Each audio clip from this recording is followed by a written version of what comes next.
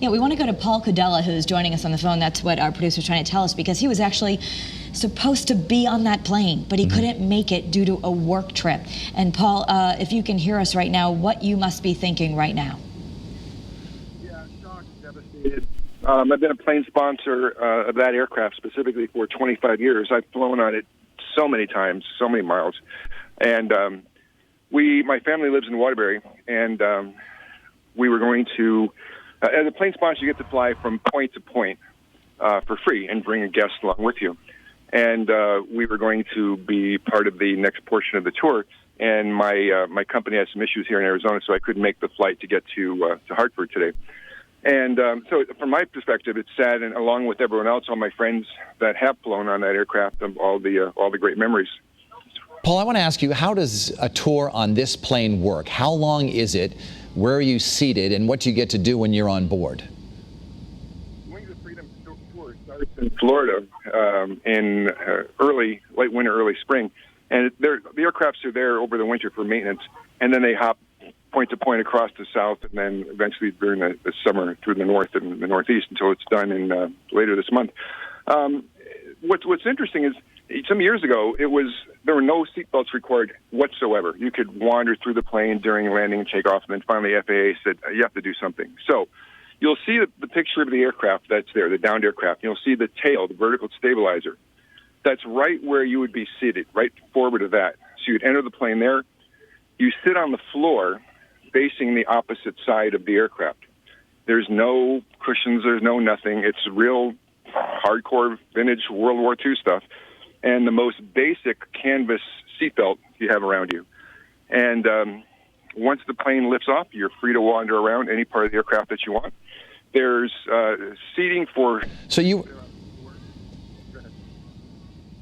So I'm sorry, Paul, just to clarify, so you were actually, so passengers sit on the floor of the plane?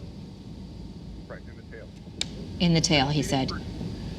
We're having a little difficulty, I think, hearing you over the air, but I believe what Paul is saying is you would fly on those planes and you would actually sit on the floor in the tail. And again, this is something that people really like to do, and we know that 10 of those passengers on this plane that crashed this morning were paying passengers who wanted that experience. And Paul, how long does the flight usually last? If you pay just for a go-around, they're typically about an hour, depending on the air traffic and what else you can see in the area. The ones that are cross-country will be from point to point. The longest one I've taken is from to Phoenix to California. And the other one was going to be from Helena, Montana to into Colorado.